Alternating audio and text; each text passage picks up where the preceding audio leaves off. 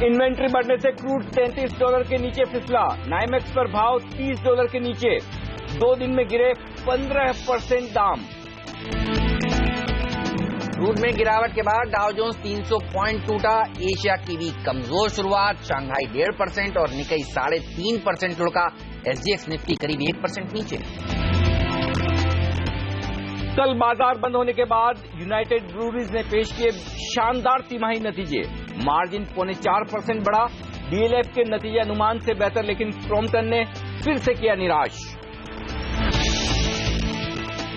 5 साल की कानूनी लड़ाई के बाद अडानी ग्रुप को $12 अरब के प्रोजेक्ट्स को ऑस्ट्रेलिया से मिली पर्यावरण मंजूरी। क्वींसलैंड सरकार ने कारमाइकल कोल माइन प्रोजेक्ट को दी हरी झंडी। स्टाफिंग कंपनी टीम लीज का आईपीओ पहले दिन 17% भरा। कल होगा इश्यू बंद। प्राइस बैंड 785 से 850 रुपए। बिरला कॉर्प और लाफार्ज के बीच 5,000 करोड़ रुपए की सीमेंट डील टूटी। बिरला कॉर्प ने दी कानूनी कार्रवाई की चेतावनी। और दिल्ली में आज से ऑटो एक्सपो की शुरुआत। अगले 2 दिनों में करीब 80 नए मॉडल होंगे लॉन्च। परसों से मिलेगी आम लोगों को एंट्री।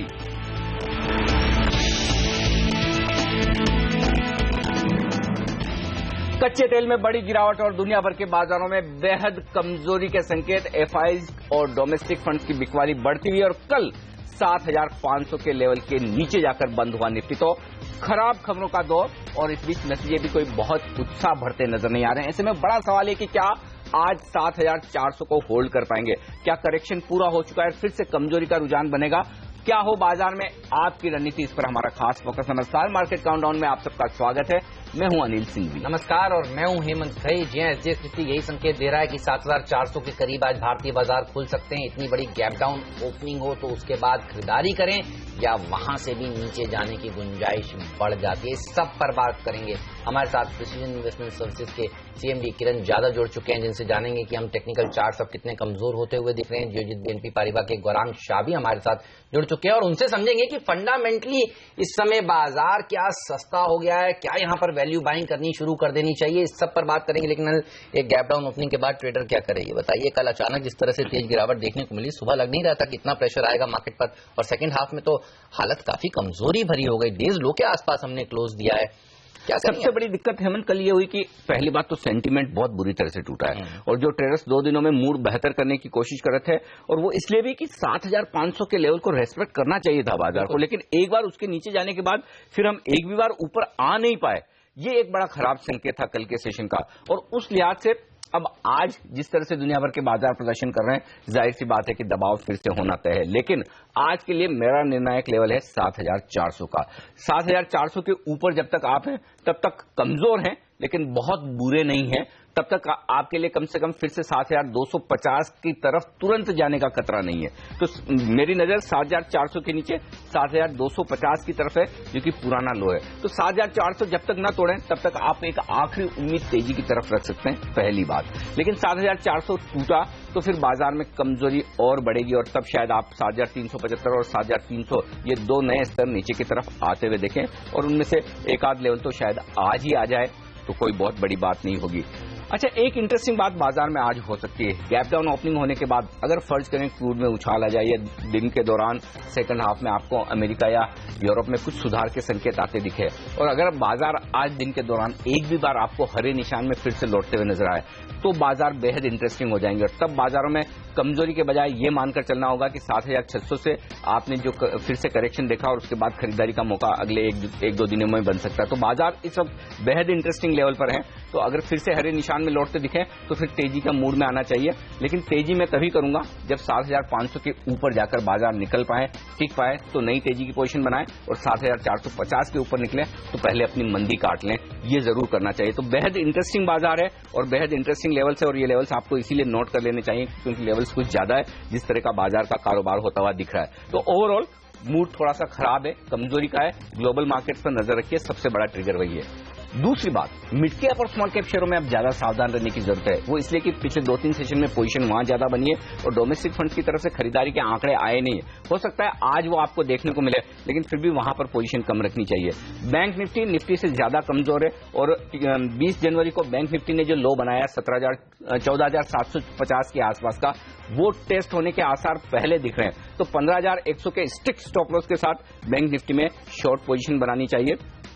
आज सेक्टर्स के लिहाज से oil and gas, metals, automobiles, ये 3 सेक्टर है। भले ऑटो एक्सपो, लेकिन 3 सेक्टर ऐसे हैं जहां मुझे लगता है कि कमजोरी होगी। बिल्कुल, ऑयल एंड गैस सबसे ज्यादा प्रेशर में रह सकता है। और आप देखिए जिस तरह से बीपी ने अपने जो सालाना घाटा पेश किया है वो $6.5 अरब का पेश किया है। 20 सालों में इतना बड़ा घाटा उनको कभी भी नहीं हुआ। और अब आप देखिए एसएनपी ने BHP बिल्टन, रियो टिंटो और शेल जैसी कंपनियों को, जो कमोडिटीज वाली कंपनियां हैं, उनको नेगेटिव वॉच पर रख दिया, यानी उनकी रेटिंग घट सकती है। तो कमोडिटी रिलेटेड शेयरों में आज प्रेशर देखने को मिल सकता है। लेकिन चलिए पूछते हैं कौन से लेवल्स इंपॉर्टेंट हो जाते हैं गैप डाउन ओपनिंग के बाद, क्या करें। किरण हमारे साथ जुड़े हुए हैं। किरण, हाय, गुड मॉर्निंग। बताइए, एक गैप डाउन ओपनिंग होगी तो वहां पर खरीदारी करेंगे, कॉन्ट्रा कॉल लेंगे, या आपको लगता है सेल ऑन रैलीज? ये रणनीति 10 में से 8 दिन तो कम से कम काम करती ही है। हेमंत जी, बिल्कुल। पर आज का मार्केट थोड़ा सा इंटरेस्टिंग और भी है क्योंकि हम एक बहुत बड़े गैप के साथ खुलेंगे और इंपॉर्टेंट सपोर्ट लेवल्स के करीब आते रहेंगे।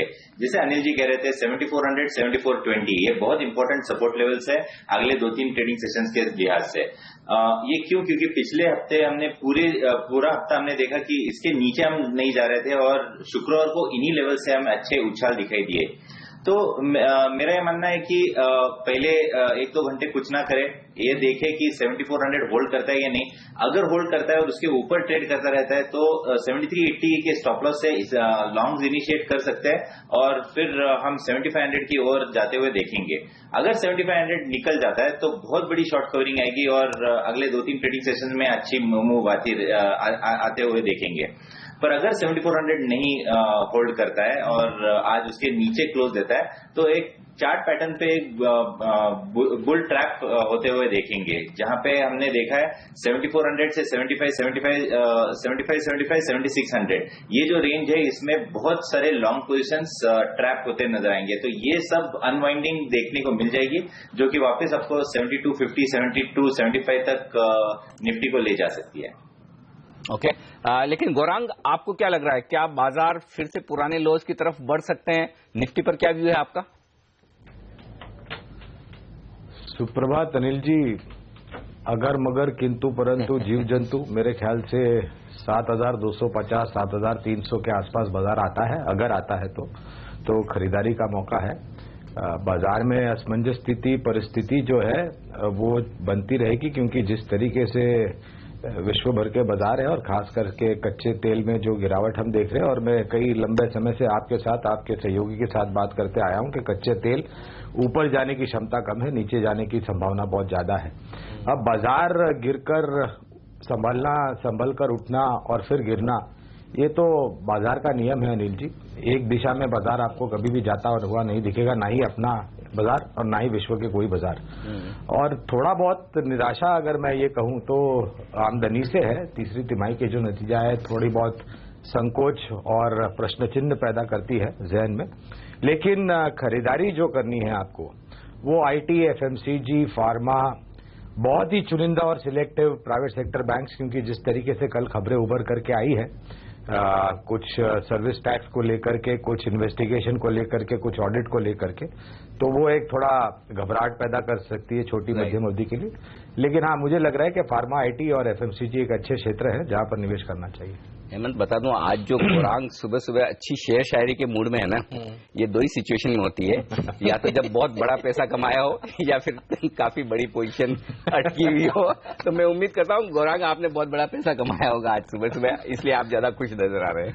लेकिन चलिए अनिल, ये बताइए, लेकिन एफआईआईएस और डीआईएस का अगर आप डेटा देखिए, पिछले 2 ट्रेडिंग सेशन से डीआईएस जिस तरह से बिकवाली कर रहे हैं, 2 ट्रेडिंग सेशन मिलाकर 860 करोड़ रुपए की बिकवाली डीआईएस से ये एक्सपेक्टेशन नहीं थी। नहीं, डीआईएस के ऊपर अब सब लोग बुलिश थे कि यार गिरावट में तो कम से कम ये देखिए जरूर खरीदारी करने आएंगे, और कल के मार्केट में भी उन्होंने बिकवाली करी है, और एफआईएस वापस से 2 दिन खरीदारी के बाद बिकवाली के मूड में। देखिए, पहली बात तो है कि एफआईएस के डेटा पर तो भरोसा करना ही नहीं है, और खासतौर से खरीदारी वाले आंकड़ों पर कि 1-2 दिन की खरीदारी से मूड बदलेगा, क्योंकि ये पूरी तरह से ग्लोबल रिकवरी की तेजी थी, और अगर ग्लोबल मार्केट्स ढीले हो रहे हैं तो फिर चाहे हमारे बजट हो या कुछ भी हो, हम अल्टीमेटली एफआईएस की बिकवाली का दबाव देखेंगे, क्योंकि अगर एक्सचेंज ट्रेडेड फंड की वहां पर बिकवाली आनी है, उन्हें रिडम्पशन आने हैं, तो एफआईएस को बेचने होगा। हाँ, डोमेस्टिक फंड ने खरीदा नहीं है, लेकिन मुझे लगता है कि शायद अगर अब एफआईएस की बिकवाली बढ़ती नजर आएगी तो फिर लोअर लेवल्स पर डोमेस्टिक फंड्स की तरफ से खरीदारी भी आएगी। उनके पास पैसा है, फर्क सिर्फ इतना है कि जब वो एफआईएस को खरीदते हुए देख रहे हैं तो उन्होंने थोड़ा सा हाथ खींचा है। लेकिन कल के डेटा खराब है, लेकिन उतने बुरे नहीं कि मार्केट 300 पॉइंट नीचे नजर आए। इसका मतलब साफ है कि भले एफआईएस ने कैश में बिकवाली की हो, इंडेक्स फ्यूचर्स में, स्टॉक फ्यूचर्स में, ऑप्शंस में, सब जगह बिकवाली का आंकड़ा है। लेकिन इंडेक्स फ्यूचर्स में एक बेहद इंटरेस्टिंग बात दिख रही है, और वो ये कि बैंक निफ्टी में शॉर्ट पोजीशन बनी है और निफ्टी में शॉर्ट पोजीशन कवर होती हुई दिखी है, तो ये बड़ा इंटरेस्टिंग है पहली बात। अब इन आंकड़ों के दम पर एक बात साफ दिख रही है, इन सारे आंकड़ों को मिलाकर देखें तो कल बाजार 300 पॉइंट नहीं गिरना चाहिए, इतनी ज्यादा बिकवाली के आंकड़े हैं नहीं। इसका मतलब साफ है कि कुछ स्मार्ट ट्रेडर्स भी हैं जो एफआईएस और डोमेस्टिक फंड्स की बिकवाली के पहले अपनी ज्यादा बिकवाली कर रहे हैं। और आपको याद होगा, पहले आंकड़े जब खराब आ रहे थे उससे पहले ही बाजार बढ़ना शुरू हो चुके थे, तो कुछ न कुछ ऐसे स्मार्ट ट्रेडर्स जरूर हैं जो बिकवाली का या खरीदारी का सौदा एफआईएस के आंकड़ों के पहले या डोमेस्टिक फंड्स के आंकड़ों के पहले कर रहे हैं, तो वहां पर नजर रखिए। और इन आंकड़ों के दम पर यह समझना चाहिए कि स्मार्ट मनी पहले बाजार से निकली है, शायद 1 या 2 दिनों के बाद आप बड़े आंकड़े आते हुए देखें बिकवाली के। ओके, चलिए, ये रहा है एफआईएस के डेटा पर। अनिल से ये भी पूछेंगे कि एफएनओ का डेटा उनको किस तरह से लग रहा है, कि वहां पर कमजोरी ज्यादा लग रही है। लेकिन आज पूछते हैं सबसे पहले कि कौन से वो स्टॉक्स हैं और वो ट्रेड हैं जो आपको आज लेने चाहिए। किरण, अगर एक सौदा आपको करना हो तो बताइए कौन से शेयर में करेंगे, तेजी का करेंगे या मंदी का? मंदी का ही करना चाहिए। जिस तरीके के क्रूड प्राइसेस नीचे आ रहे हैं तो सेफ बेट रहेगा केन इंडिया, जहां पे आपको स्टॉप लॉस 120 का लगाना चाहिए और टारगेट इजीली आपको 111 के देखने को मिल जाने चाहिए। ओके, तो केन इंडिया में आप मंदी का सौदा करना चाहते हैं, शॉर्ट करना चाहते हैं। गौरांग, अगर आपको एक ट्रेड लेना हो आज सुबह तो किस तरफ लेंगे और कौन से शेयर में?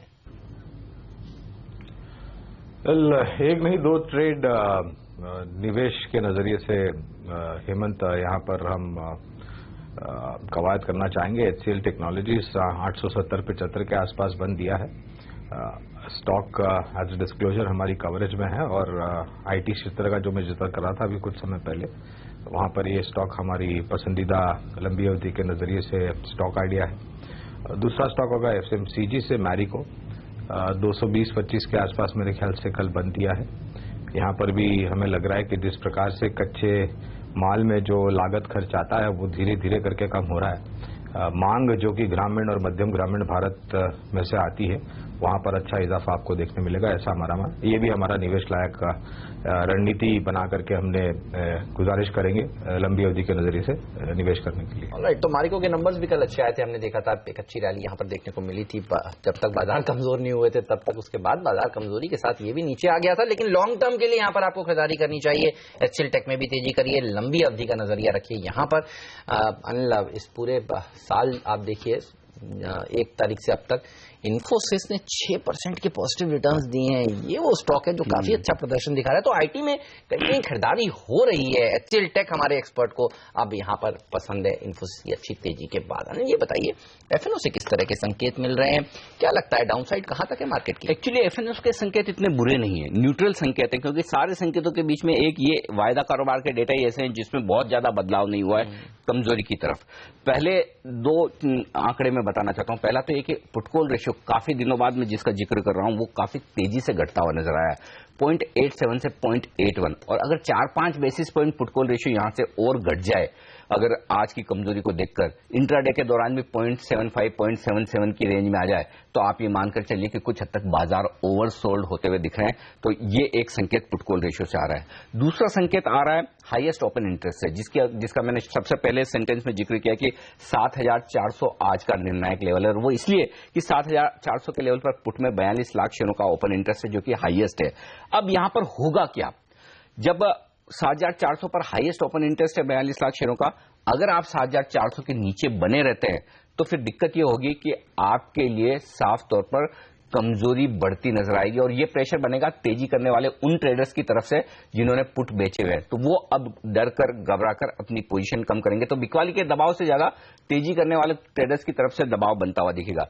अब दो आंकड़े बैंक निफ्टी में कल देखिए 2,10,000 शेयर नए जुड़े हैं। बैंक निफ्टी ने लगभग 1.5-2% की कमजोरी दिखाई, तो यहां पर दमदार शॉर्ट्स बनते हुए दिखे। और इसके विपरीत निफ्टी में देखिए 9 लाख शेयर कम हुए हैं और प्रीमियम बढ़कर आई है, 19 पॉइंट की प्रीमियम हुई है इस सीरीज में, लगभग हाईएस्ट के आसपास है। इसका मतलब साफ है कि निफ्टी में शॉर्ट पोजीशन कवर होती हुई दिखी है, वहीं बैंक निफ्टी में शॉर्ट पोजीशन बनती हुई दिखी है। तो पूरी संभावना यह बनती है कि 20 जनवरी को जो हमने लो बनाए हैं बैंक निफ्टी पे 14,750 के आसपास के, वो पहले टेस्ट होंगे। शायद निफ्टी 7,240 पर पहले न जाए, ये संकेत साफ तौर पर दिख रहा है। और इसी वजह से मैंने आज थोड़े से लेवल ज्यादा दिए, एक बार लिख लें।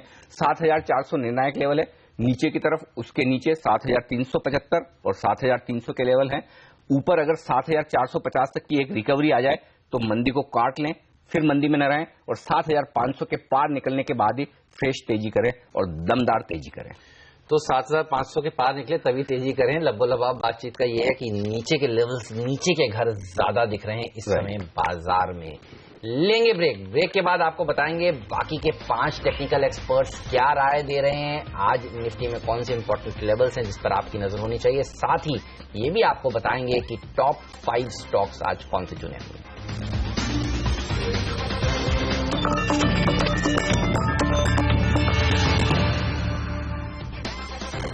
मार्केट काउंटडाउन में आप सबका एक बार फिर से स्वागत है। हमारे साथ हमारे दो खास मेहमान किरण यादव और गौरांग शाह बने हुए हैं।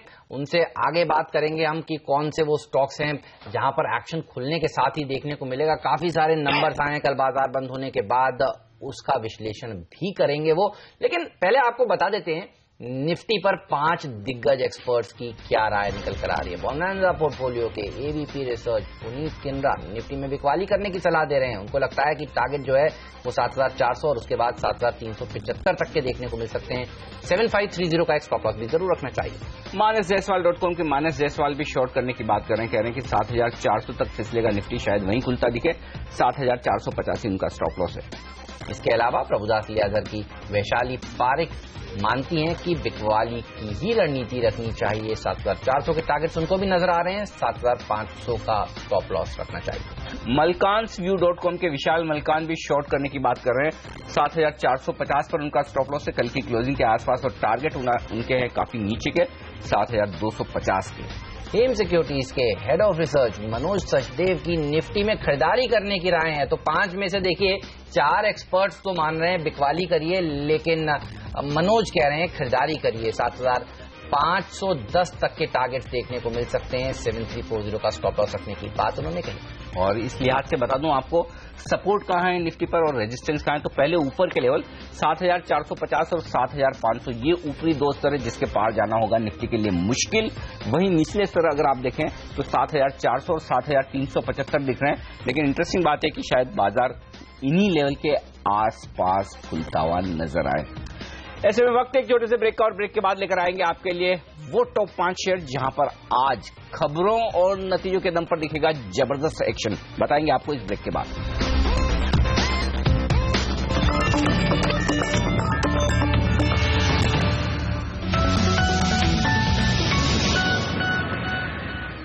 और पहला शेयर जहां पर आज आपकी नजर होनी चाहिए, अदानी एंटरप्राइजेस। बेहद पॉजिटिव खबर इस ग्रुप के लिए, और वो ये कि 5 साल के बाद क्वींसलैंड ऑस्ट्रेलिया में इन्हें एक माइनिंग प्रोजेक्ट के लिए पर्यावरण की मंजूरी मिली है। 1260 करोड़ डॉलर यहां पर निवेश किए गए थे इनकी तरफ से, तो बड़ा निवेश था। और अब कारमाइकल कोल प्रोजेक्ट के लिए यहां मंजूरी मिल चुकी है अदानी एंटरप्राइजेस को। लेकिन बिरला कॉर्पोरेशन के लिए खराब खबर है। लाफार्ज को ये अपनी 2 सीमेंट की जो यूनिट बेच रहे थे, जिसके ऊपर इनकी बातचीत चल रही थी, उस डील को लाफार्ज ने कैंसिल कर दिया। यानी अब लाफार्ज वो 5,000 करोड़ रुपए के 2 प्रोजेक्ट्स नहीं खरीदने वाली है। और अब बिरला कॉर्प सोच रहा है कि कानूनी कार्रवाई की जाए लाफार्ज पर। लेकिन आज ये स्टॉक दबाव में रहेगा। कल हमने देखा था बाजार की कमजोरी के साथ 3% लुढ़का था ये शेयर। टोरेंट पावर बेहतरीन नतीजों के दम पर इस स्टॉक पर दिखेगा एक्शन। मुनाफा तिमाही दर तिमाही देखें तो 245 करोड़ से बढ़कर 372 करोड़ हुआ है। लेकिन स्टॉक में जिस वजह से तेजी बन सकती है वो है मार्जिन। 22.5% से मार्जिन बढ़कर 31% के आसपास। तो जबरदस्त इजाफा मार्जिन में, ऑपरेशनल परफॉर्मेंस में उसका असर दिख सकता है। टोरेंट पावर के अलावा काफी सारी छोटी मझौली कंपनियां हैं जो अपने नतीजे पेश किए हैं, जिन्होंने कल बाजार बंद होने के बाद Minda industries, tube investments, HSIL, Jakob, इसके अलावा यूफ्लेक्स, ये कुछ ऐसी कंपनियां हैं जिन्होंने अच्छे नंबर्स पेश किए और यहां पर तेजी देखने को मिल सकती है कमजोर बाजार। और आज खराब परफॉर्मर्स को बताने का जिम्मा मेरे पर है, तो मैं बता दूं हेमंत, कुछ ऐसे स्टॉक्स भी है जिन्होंने बेहद खराब प्रदर्शन किया है, माफ कीजिएगा बेहद अच्छा प्रदर्शन किया है। तो वो है लॉस से प्रॉफिट में आने वाले आउट शुगर, जहां पर कंपनी घाटे से मुनाफे में आई, अच्छी परफॉर्मेंस दी है, और मैजेस्को, इस कंपनी ने भी अच्छी परफॉर्मेंस दी। तो ये दो स्टॉक अच्छी परफॉर्मेंस वाले। चलिए, तो ये तमाम ऐसे स्टॉक्स हैं जिस पर आज नजर रहने वाली है। चलिए, ब्रेक में जाते जाते आपको दिखा देते हैं मारुति ने जो गाड़ी लॉन्च की है अभी अभी। ऑटो एक्सपो में मारुति ने विटारा ब्रेज लॉन्च की है और आप ये सीधा प्रसारण वहां से देख रहे हैं, लाइव हमने वहां पर डिपिंग किया है इस समय। और ये वो गाड़ी है जो मारुति ने पेश करी है। आपको बता दूं, ऑटो एक्सपो आज मीडिया के लिए और बिजनेस कॉर्पोरेट्स के लिए ये खुल गया है।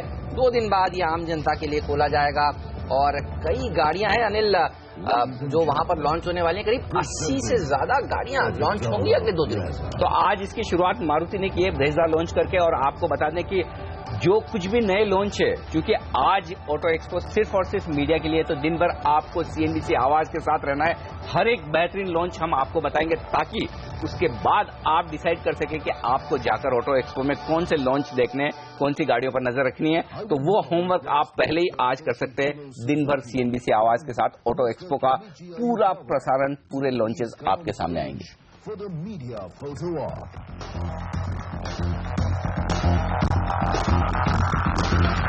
Ladies and gentlemen, standing tall before you is, of course, the all-new Vitara Brezza.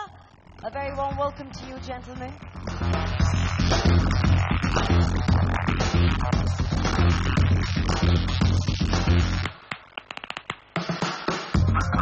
Request Suzuki-san and Ayukawa-san to kindly take positions. Request you to pose media right, please.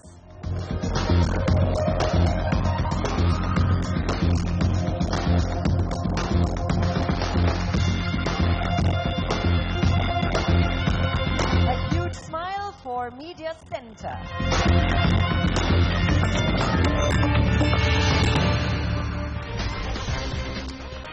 हमारे दोनों experts हमारे साथ है, किरण जाधव और साथ ही गौरांग शाह। अब फोकस करते हैं उन स्टॉक्स पर जहां पर एक्शन दिखने वाला है। अदानी एंटरप्राइजेज, इस स्टॉक के लिए बेहद बड़ी खबर, क्योंकि 5 सालों से जो प्रोजेक्ट अटका हुआ था क्वींसलैंड ऑस्ट्रेलिया में, बड़ा पैसा ये निवेश कर चुके थे, पर्यावरण की मंजूरी वहां भी नहीं मिल रही थी, अब फाइनली आ गई है, तो प्रोजेक्ट आगे बढ़ेगा। ये बताएं गौरांग, क्या मौका है इस खबर के दम पर खरीदारी करने का अदानी एंटरप्राइजेज में? विभाजन के पहले अनिल जी हमारी कवरेज थी और वो अब भी बरकरार है। इस खबर को लेकर के जो भी सकारात्मक असर पड़ेगा उसको आने वाले समय के लिए थोड़ा लंबा अगर अवधि का नजरिया है आपका, तो आप खरीदारी बिल्कुल कर सकते हैं। आज अगर आप मुझे पूछे तो हाँ, खबर के आधार पर आपको ऊपर के तरफ के दायरे मिलेंगे, लेकिन सस्टेनेबल कितने होंगे आज या छोटी अवधि में, इस काउंटर के ऊपर अगर रुझान ऊपर की तरफ दिखने आता है वो देखने लायक होगा। क्योंकि अगर बाजार में अगर माहौल नरम रहा तो शायद काफी सीमित ऊपरी तरफ के दायरे देखने मिलेंगे, लेकिन लंबी अवधि के नजरिए से जैसे जैसे इस खबर के ऊपर सकारात्मक और कंफर्मेशन और क्लैरिटी और मैनेजमेंट के तरफ से टिप्पणी आएगी, तो मेरे ख्याल से काउंटर को और भी सहारा मिल सकता है। लेकिन ये भी लंबी अवधि का नजरिया है मेरा। ओके, तो लॉन्ग टर्म के लिए ये काउंटर अच्छा हो सकता है, लेकिन आज क्योंकि बाजार कमजोर है तो हो सकता है मजबूती के साथ खुले, लेकर टिक ना पाए शायद। किरण, क्रॉम्पटन ग्रीव्स, इसके चार्ट देखकर बताइए ये आज कितना करेक्ट हो सकता है। देखिए, मुनाफा था 274 करोड़ रुपीस का, उसके सामने 107 करोड़ का घाटा इन्होंने पेश किया है। मार्जिन देखिए 2.6% के सामने 0.4% के मार्जिन पेश किए, आधे % से कम के मार्जिन। और ऑर्डर इनफ्लो करीब करीब 12% घटा है। इसके अलावा जो इंटरनेशनल पावर बिजनेस को बेचने की बात इन्होंने कही थी, बोर्ड ने उसको रिजेक्ट कर दिया है। और यही नहीं, खत्म हुई है खराब खबरें अनिल। आप देखिए, डिमर्जर जो इन्होंने करने की बात कही थी कंज्यूमर बिजनेस की, और उसके बाद उसको जो लिस्टिंग करने की बात की थी, उसकी भी टाइमलाइन कुछ नजर आई नहीं है। तो कई सारे नेगेटिव्स हैं इस शेयर के साथ आज जुड़े हुए। एक गैप डाउन ओपनिंग यहां पर होगी, लेकिन कौन से लेवल्स इंपॉर्टेंट हैं, किरण बताइए। अगर हम देखते हैं करीबन दिसंबर 2014 से, तो करीबन 160 to 165 एक बहुत अच्छा सपोर्ट लेवल है। हालांकि सारे कैपिटल गुड स्टॉक्स वीक दिख रहे हैं, पर उन सब कैपिटल गुड्स में से एक यही स्टॉक है जहां पे आपको पॉजिटिव डाइवर्जन दिखाई दी है। अभी रिजल्ट तो खराब आया है, अभी ये देखना होगा कि 160 होल्ड करता है नहीं करता है। अगर होल्ड करता है तो वापस एक बार आपको पुल बैक रैली देखने को मिल जाएगी, जो कि वापस आपको 185-90 तक ले जा सकती है। मगर अगर 160 के नीचे हम, और लगता है यहाँ पर कुछ दिक्कत है उनके ऑडियो मिलने में, हम उसे दुरुस्त करने की कोशिश करेंगे। लेकिन तब तक हमारे साथ IIFL के डेरिवेटिव एक्सपर्ट नवनीत डागा कार्यक्रम में शामिल हो चुके हैं। नवनीत, स्वागत है आपका CNBC आवाज पर। 7,400 पर रुकेगा निफ्टी वायदा कारोबार के आंकड़ों के हिसाब से, या वहां से भी गिरेगा? और अगर 7,400 के नीचे गिरकर टिक जाए तो फिर कितना गिरेंगे, ये बताइए। Good morning Anil ji. Last conversation अपनी बात हुई थी, जिसके अंदर हमने एक कॉन्ट्रा कॉल लिया था निफ्टी के ऊपर में 7600 पे निफ्टी सेल करने के लिए सलाह दी थी। अभी भी वो स्टैंड मेंटेन है। मेरे को लगता है कि 7400 एक हो सकता है कि एक इंपॉर्टेंट सपोर्ट जोन हो, जहां पे एक पुट का ओपन इंटरेस्ट काफी मैक्सिमम है। बट अगर कल के आंकड़े देखेंगे अगर वायदा कारोबार के, तो काफी अनवाइंडिंग हुई है पुट्स के अंदर में, एट द मनी पुट्स के आसपास में, और नीचे के पुट्स में शिफ्ट हुए हैं ट्रेडर्स। तो 7200 पुट्स में अगर आप नजर डालें तो 7200 पुट्स के अंदर में एडिशन है, और 74-75 के पुट्स में अनवाइंडिंग है। और इंडेक्स फ्यूचर्स में भी यही रुझान देखने को मिला है FIS के साइड से, जहां पे इंडेक्स फ्यूचर्स लॉन्ग और इंडेक्स फ्यूचर्स शॉर्ट दोनों के साइड में इंडेक्स फ्यूचर्स में अनवाइंडिंग देखने को मिली है। तो मुझे लगता है 74 इमीडिएट लेवल पे आज हो सकता है gap up opening, gap down opening के बाद में एक थोड़ा सा वहां पे रुके। बट अगर उसके नीचे सस्टेन करने लगा तो ये पैनिक अनवाइंडिंग वापस नए लो की तरफ 7220 के आसपास में निफ्टी वापस उस तरफ रिवर्स हो रहा है। ऑलराइट, चलिए, तो ये रहा है निफ्टी पर। किरण, अब आपको हमारी आवाज पहुंच रही है, अपना स्टेटमेंट पूरा करिए। कहां तक गिर सकता है आज क्रॉम्पटन का स्टॉक, कौन से लेवल्स इंपॉर्टेंट है? जैसे मैं पहले कह रहा था कि 160 का बहुत इंपॉर्टेंट लेवल है। अगर 160 होल्ड करता है आज के वीकनेस के देखते हुए, तो वापस एक बार बाउंस आते नजर आएंगे। पर अगर 160 के नीचे हम ट्रेड करते नजर आएंगे तो बहुत बुरी बात होगी स्टॉक के लिए, क्योंकि ये पॉजिटिव डाइवर्जेंस है वो निगेट होता नजर आएगा और फिर नीचे के दायरे खुलते नजर आएंगे। तो 160 बहुत ही इंपॉर्टेंट लेवल है डेली और वीकली क्लोजिंग के हिसाब से। ओके, सो ये क्रॉम्पटन ग्रूव्स पर एक बड़ा इस वक्त गिरावट का खतरा इस कमजोर नंबर्स के बाद में। नवनीत से राय लूं मैं बैंक निफ्टी पर भी। क्या नवनीत, ये लग रहा है आपको कि बैंक निफ्टी पुराने लोस पहले टेस्ट कर लेगा निफ्टी के मुकाबले में, जो कि 14,754 के हैं? क्या वहां तक जाने का खतरा है? क्या ये खतरा आज ही है? अनिल जी, अब मेरे को पूछोगे तो मेरे को लगता है कि वो लेवल टेस्ट नहीं कर लेगा, वो लेवल ब्रेक भी करेगा उसके नीचे। बिकॉज जो बैंक निफ्टी पे जो मेजर कंपोनेंट है ICICI बैंक और SBI, दोनों के चार्ट्स बहुत ही ज्यादा ब्लीक है। और लास्ट 2 दिन के अंदर में, लास्ट इनफैक्ट दिस सीरीज के अंदर में आप देखेंगे बैंक निफ्टी का OI बेस बहुत ज्यादा बढ़ गया है। नॉर्मली इन बैंक निफ्टी पे जो रोलोवर्स देखने को मिलते हैं वो अराउंड 22 लाख शेयर्स के आसपास में होते हैं। इस बार अभी OI बेस है बैंक निफ्टी का 26 लाख शेयर्स। तो एग्रेसिव शॉट्स आए हैं बैंक निफ्टी पे, और दिग्गज काउंटर्स लाइक SBI और ICICI दोनों के अंदर में काफी एग्रेसिव शॉट्स देखने को मिल रहे हैं। तो मुझे लगता है कि ये सबसे पहले 14,750 का लेवल बैंक निफ्टी लो मारे नहीं मारे, उससे पहले बैंक निफ्टी का लो देखने को मिलेगा, और हो सकता है कि उसके नीचे भी स्लिप करते हुए देखेंगे हमें। ओके, चलिए, तो ये राय बैंक निफ्टी पर। लेकिन गौरांग, DLF पर आपकी क्या राय है? नतीजे जो अच्छे दिख रहे हैं वो दरअसल वन टाइम इन्होंने इनको पैसा मिला था GIC से, इन्होंने एक लैंड बेची थी 1200 करोड़ रुपए की, उसको देखकर मिला था। लेकिन सेल्स देखिए काफी म्यूटेड रही है, और ये कहने वाली बात नहीं है। इस समय फ्लैट्स की जो बिक्री है वो घट गई है, और इनकी सेल्स देखिए करीब करीब 29% घटी है। DLF आज कैसे प्रदर्शन दिखाएगा, और आपकी क्या राय है नतीजों पर?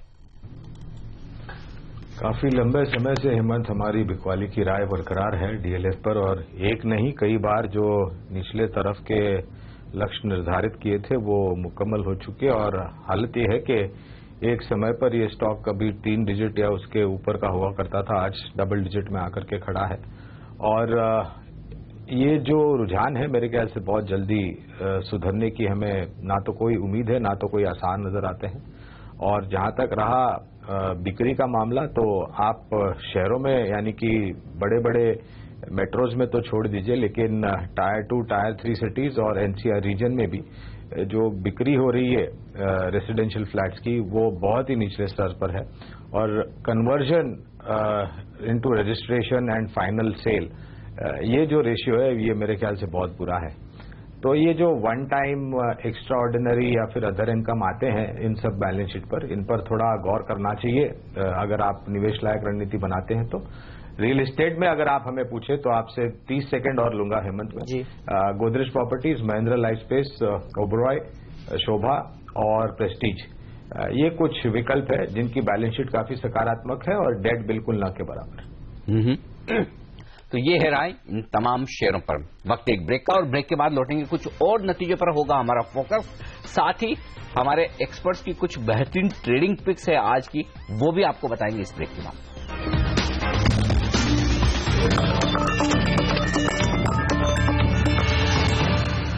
और मारुति का नया लॉन्च, विटारा ब्रेजा के लॉन्च पर मारुति के एग्जीक्यूटिव डायरेक्टर आरएस कलसी से बातचीत कर रही है हमारी सहयोगी मुग्धा मिश्रा। कुछ चेंजेस मिले हैं एस क्रॉस में? उसमें दो चीजें हैं। पहले तो मैं कहना चाहूंगा कि एस क्रॉस हमारे नजरिए से एक सक्सेसफुल मॉडल रहा है, क्योंकि ये क्रॉसओवर सेगमेंट के अंदर हमने इंट्रोड्यूस किया है। और क्रॉसओवर सेगमेंट के अंदर जो वॉल्यूम्स हैं, अगर आप देखेंगे बाकी भी कंपटीशन प्रोडक्ट्स के, तो उनके अंदर ऑलरेडी एस क्रॉस जो है मार्केट लीडरशिप पोजीशन में है।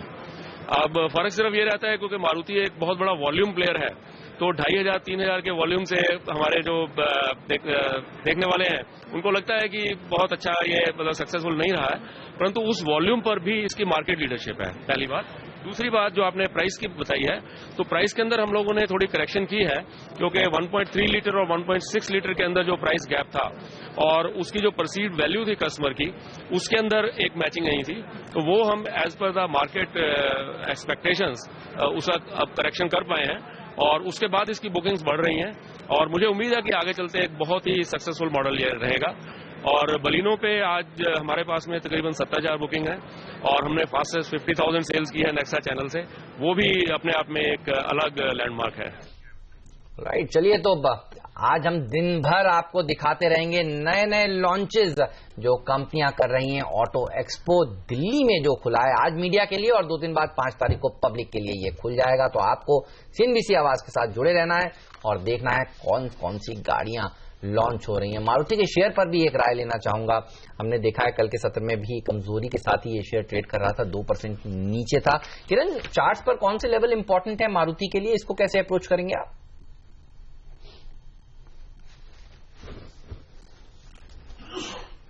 शायद किरण को हमारी आवाज नहीं आ रही, लेकिन गौरांग की राय लेते हैं फिर। मारुति, गौरांग, कैसा लग रहा है ये शेयर आपको? बहुत ही उम्दा चौपहिया वाहनों में अगर आप पैसेंजर व्हीकल्स पर आधार करके निवेश करना चाहते हैं हेमंत, तो एज अ डिस्क्लोजर हमारी कवरेज है और 3,700 और 3,900 इस बीच के जो भी दरमियान बनते हैं या मौजूदा स्तर जो कि 3,900 के नीचे है, वहां पर भी अगर किसी के पास थोड़ा बहुत जोखिम झेलने की क्षमता ऊपर की तरफ है तो इस स्तर से शुरुआत करें, वरना फिर आज जिस तरीके से माहौल है बाजार में और करेक्शन आता है तो तब जाकर के निवेश करें। 4,650 का लक्ष्य निर्धारित किया है और मैं अभी टिप्पणी सुन रहा था मैनेजमेंट की जो बात कर रही थी मुग्धा जी से, तो मुझे जो भी हाल ही में छवि दिखाई गई है एक कॉम्पैक्ट एसयूवी ब्रीजा की, उसको देखते हुए और अगर टेक्निकल स्पेसिफिकेशन सामने आ जाते हैं तो मेरे ख्याल से बलिनो जिस तरीके से बढ़िया हिट रही है ग्राहकों की तरफ से और जो एक वेटिंग पीरियड चल रहा है करीबन 3 से 6 महीने का, ताज्जुब नहीं होगा कि ये ब्रीजा भी एक वैसे ही तरीके का एक सकारात्मक सा रुझान लेकर के आए। खाली एक ही बात थी कि देर आए दुरुस्त आए, काफी लंबे समय पहले इनको आना चाहिए था इस सेगमेंट में, एसयूवी कॉम्पैक्ट एसयूवी में। कोशिश तो की थी विटारा के रूप में, लेकिन वो ज्यादा सक्सेस नहीं हो पाई, लेकिन बढ़िया है इस तरीके का लॉन्च हम देख रहे हैं मारुति की तरफ से। तो अगर एक ऑप्शन दिया जाए आपको गौरांग, तो दोनों में से क्या खरीदेंगे, शेयर या फिर कार? अगर आप देंगे अनिल जी तो कार खरीद लूंगा और अगर मुझे खरीदना होगा तो मैं शेयर खरीद लूंगा। बिल्कुल, जैसे ही कार की ये पहली तस्वीर आती है मैं तुरंत आपको गिफ्ट करूंगा, ये मेरा वादा है आपसे। लेकिन मारुति के चार्ट पर एक राय ले लेता हूं साथ में। किरण से भी हम राय लेंगे, लेकिन नवनीत से पहले राय ली जाए। वायदा कारोबार में चूंकि मारुति का शेयर काफी कमजोर हुआ है, 4000 से भी नीचे आया, 3900 से भी नीचे आया, क्या अब भी शॉर्ट करने के मौके हैं? नवनीत, क्या कहेंगे आप? वेल अनिल जी, अभी भी शॉर्ट करने के मौके हैं मारुति के अंदर में। एक जैसे आपका जिसके अंदर में ओपन इंटरेस्ट बिल्डअप हो रहा है, कल के लेवल्स पे भी ऑलमोस्ट 1.5 लाख शेयर्स पे फ्रेश शॉर्ट्स देखने को मिले हैं, बट हो सकता है कि gap down, just because market gap down open हो रहा है, गैप डाउन पे ओपन हुए, बट उस लेवल्स के नियर अबाउट नहीं, एक रिकवरी देखने को अगर मिलती है तंबे नियर 3880 3890 के रेंज पे, वहां पे एक इनिशिएट कर सकते हैं। 3940 के एक स्ट्रिक्ट स्टॉप लॉस है अपसाइड पे, और नीचे के लेवल्स जो मारुति पे इमर्ज हो रहे हैं वो 3700 के आसपास में एक पोजिशन लेवल से इमर्ज हो रहे हैं, तो वहां तक ये स्टॉक करेक्ट कर सकता है। चलिए, तो 3700 के लेवल्स तक ये करेक्ट कर सकता है, उसके बाद खरीदारी करनी चाहिए। लॉन्ग टर्म के लिहाज से ये शेयर काफी पसंद है हमारे एक्सपर्ट गौरांग को, लेकिन चार्ट्स पर थोड़ा सा कमजोरी अभी और दिखा सकता है। लेंगे ब्रेक के बाद बात करेंगे यूनाइटेड ब्रूवरीज की। जी हाँ, कल बाजार बंद होने के बाद इसने बेहतरीन नतीजे पेश किए हैं। मुनाफा 80% बढ़ा है, मार्जिन 370 बेसिस पॉइंट बढ़े हैं, और कल कमजोर बाजार में सबसे अच्छा प्रदर्शन दिखाने वाला एक शेयर वायदा बाजार में दरअसल यही था। क्या हो आज रणनीति, इस सब पर बात करेंगे ब्रेक के बाद।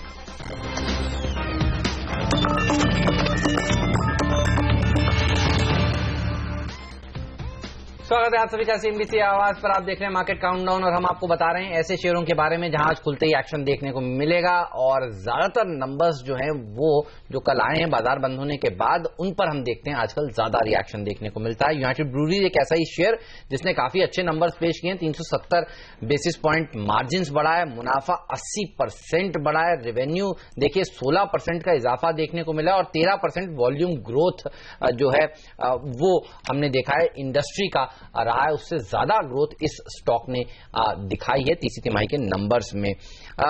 फंडामेंटली गौरांग, कैसे लगे आपको नतीजे? कल हमने देखा था जबरदस्त तेजी देखने को मिली थी, करीब 4% ऊपर जाकर ये शेयर बंद हुआ था अच्छे नतीजों के एक्सपेक्टेशंस में। केवल दोनों ही कंपनियों पर हमारी कवरेज है, यूनाइटेड स्पिरिट्स और यूनाइटेड बेवरेजेस। और यूनाइटेड बेवरेजेस में हाल ही में जो 2 नए प्रोडक्ट लॉन्च किए थे, खास करके जो दूसरा वाला बहुत ही नया प्रोडक्ट है अल्ट्रा मैक्स, ये मेरे ख्याल से काफी सक्सेसफुल रहा है, और मुझे ताज्जुब नहीं होगा कि जिस तरीके से इनका जो प्रीमियम ब्रांड है किंगफिशर, इसके प्रतिस्पर्धा में अगर ये अल्ट्रा मैक्स भी चला जाए तो ताज्जुब नहीं होगा। इसके पहले इन्होंने उसी कैटेगरी में एक प्रोडक्ट निकाला था किंगफिशर अल्ट्रा, और जिस तरीके से बिक्री हो रही है और जिस तरीके से आने वाले समय में गर्मियों का माहौल होगा, तो जाहिर है यहाँ से आपको जो बिक्री के आंकड़े हैं वो भी काफी सकारात्मक नजर आएंगे। छोटी या मध्यम अवधि के लिए अगर आप मुझे पूछे हेमंत, तो अगर नए नए प्रोडक्ट्स लॉन्च होंगे तो जाहिर है आपके मार्केटिंग, सेल्स और प्रमोशनल एक्सपेंस भी थोड़े ऊपर होंगे, जिसकी वजह से शायद मार्जिन में थोड़ा दबाव पड़ सकता है, लेकिन वो बहुत ही छोटी या मध्यम अवधि का नजरिया है मेरा। ओके, तो ये राय है यूनाइटेड ब्रूवरीज पर। लेकिन कल वायदा कारोबार में जबरदस्त एक्शन था इस शेयर में, 4% ऊपर और ओपन इंटरेस्ट में 35% की बढ़त। कैसी पोजीशन बनी और आज क्या होगा, ये मैं लूंगा राय नवनीत डागा से इस ब्रेक के बाद। लेकिन ब्रेक के बाद काफी कुछ एक्शन है आपके लिए। पहले तो शुरुआत होगी भारतीय बाजारों की, और चूंकि एशियाई बाजारों में जबरदस्त कमजोरी के साथ शुरुआत हो रहा है, तो देखेंगे हम क्या 7400 के लेवल को निफ्टी पर होल्ड कर पाते हैं। दूसरा, क्या रुपए में 68 के लेवल के नीचे जाकर शुरुआत होती है। साथ ही स्टॉक 2020 का रिकैप, एफआईज की तरफ से जो दमदार रिपोर्ट्स आई हैं उन पर रखेंगे नजर, और लेकर आएंगे आपके लिए पहला सौदा इस छोटे से ब्रेक के बाद।